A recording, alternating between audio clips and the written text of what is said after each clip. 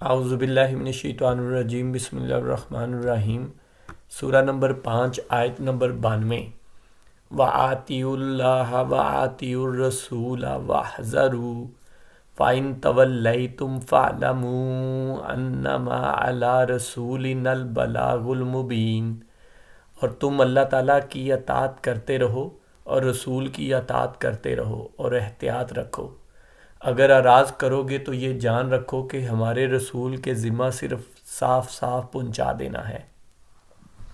ہم رسولوں پہ جو اللہ پاک اپنا پیغام یا اپنا دین انسانوں تک پہنچانے کے لیے ہم انسانوں میں سے ہی کچھ لوگوں کو چن کے رسول بناتے ہیں، ان پہ بات کر رہے ہیں کہ قرآن پاک میں جو ان کے بارے میں، رسولوں کے بارے میں امپورٹنٹ آیات ہیں، ان کو ایک ایک کر کے سمجھ رہے ہیں۔ اور میں آپ کے ساتھ کوشش کر رہا ہوں کہ امپورٹنٹ سی آیت جو ہے ایک ترتیب کے ساتھ آپ کے ساتھ شیئر کروں، تاکہ آپ خود اس پہ غور و فکر کریں، اپنی مرضی کا ترجمہ پڑھیں۔ ہر آیت کا ریفرنس ساتھ ہوتا ہے تو آپ خود اس کو دیکھیں اور غور کریں۔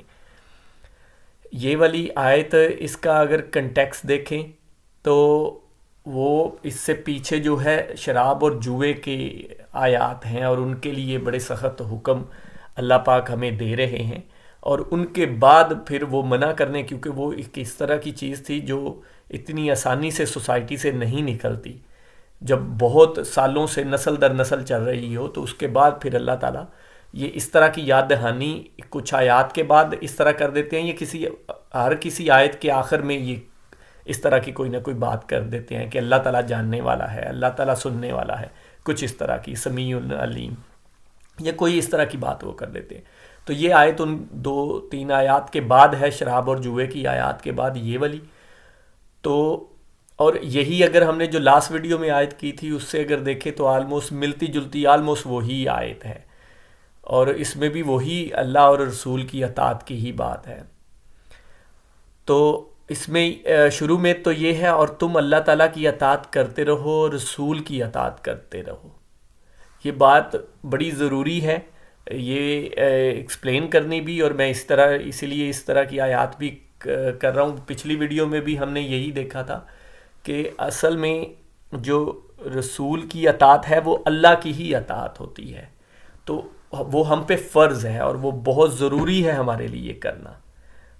ہمیں اصل میں جو رسول ہوتے ہیں وہ اللہ کے ہی ریپریزنٹیٹیو ہوتے ہیں، جو اللہ بات کہتے ہیں یا جیسے دین دیتے ہیں ویسے ہی وہ آگے پہنچانے والے، وہ بڑے ایماندار ہوتے ہیں۔ یہ اللہ نے خود ان کی صفت بیان کی ہے کہ یہ بڑے ایمانت دار ہیں، بڑے امین ہیں۔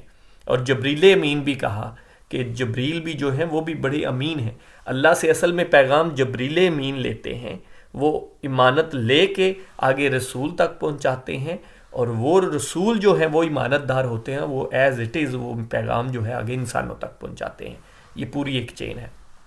تو اس میں یہ بات کہ حضور پاک کی اطاعت اور فرما برداری ہم پہ فرض ہے اور بہت ضروری ہے، اس بات پہ میں بار بار اس کو دہرا رہا ہوں، اس پہ سٹریس اس لیے کر رہا ہوں کہ بہت سے لوگ جب توحید انسان بیان کرتا ہے یا توحید کی طرف جاتا ہے یا توحید کی آیات وہ بیان کرتا ہے یا شیئر کرتا ہے، تو لوگ زیادہ تر یہی سوچتے ہیں کہ یہ پتہ نہیں کیا کہ رسول کو یہ کیا سمجھتے ہیں، یا رسول کو یہ تو سب کچھ اللہ کو ہی بنا رہے ہیں۔ تو ایسا نہیں ہے، سب کچھ اللہ ہی ہے اور اللہ کو ہی ہونا چاہیے۔ وہ بار بار قرآن میں یہ بات ریپیٹ کرتا ہے کہ سب کچھ وہی ہے۔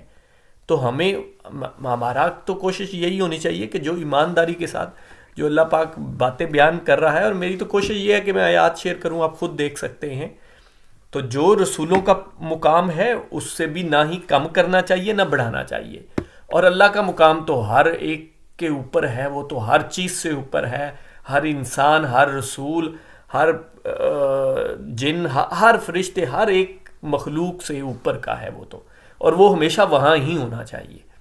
اس سے نیچے پھر رسولوں کا جو مقام ہے وہ بہت اونچا، وہ بہت اعلیٰ، بہت عرفہ مقام ہے، وہ تو انسانوں میں بہت اعلیٰ معراج پہ ہوتے ہیں، بہت اعلیٰ درجے پہ ہوتے ہیں۔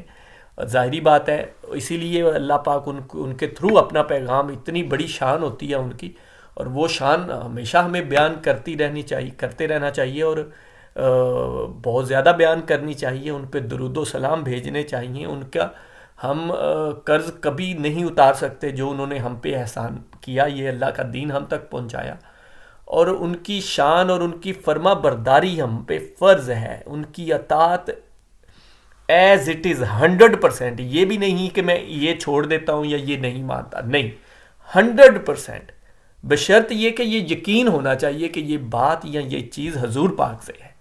اب اس میں اختلاف ہو سکتا ہے کہ آپ کوئی یا حدیث کوئی بندہ یہ بیان کرتا ہے کہ جی یہ حضور پاک نے ایسا کہا، تو آپ یہ چیز اس پہ ضرور کر سکتے ہیں کہ یہ اس پہ یہ تصدیق ضرور کر سکتے ہیں یا اس پہ تنقید ضرور کر سکتے ہیں کہ یہ حضور پاک سے نہیں ہے، یا یہ کیا حضور پاک سے ہے یا نہیں ہے، یہ آپ ضرور کر سکتے ہیں.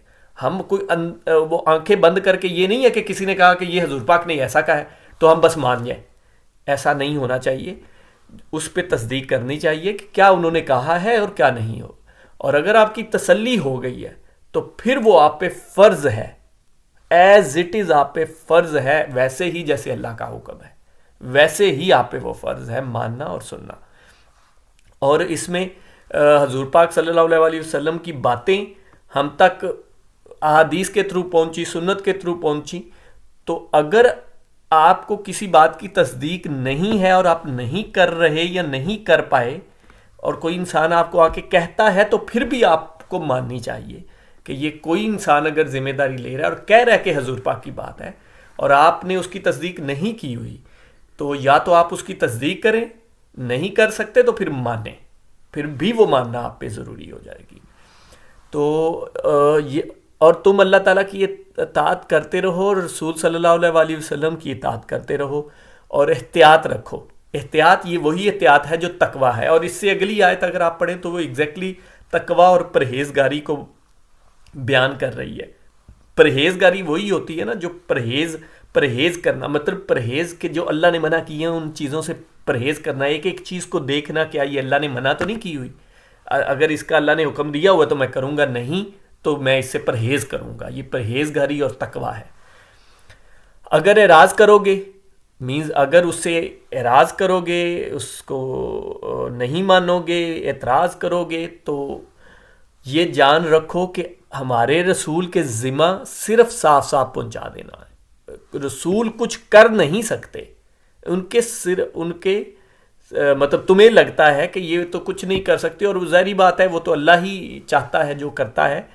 تو ان کے ذمہ صرف صاف صاف پہنچا دینا ہے، باقی اللہ تم سے پوچھے گا. یہ اصل میں اس میں یہ بات پوشیدہ ہے کہ اللہ تم سے پوچھے گا. رسول تو پیغام پہنچا رہے ہیں، وہ پیغام پہنچانے کے لیے ہے. رسول کا مطلب یہ ہے پیغام پہنچانے والا.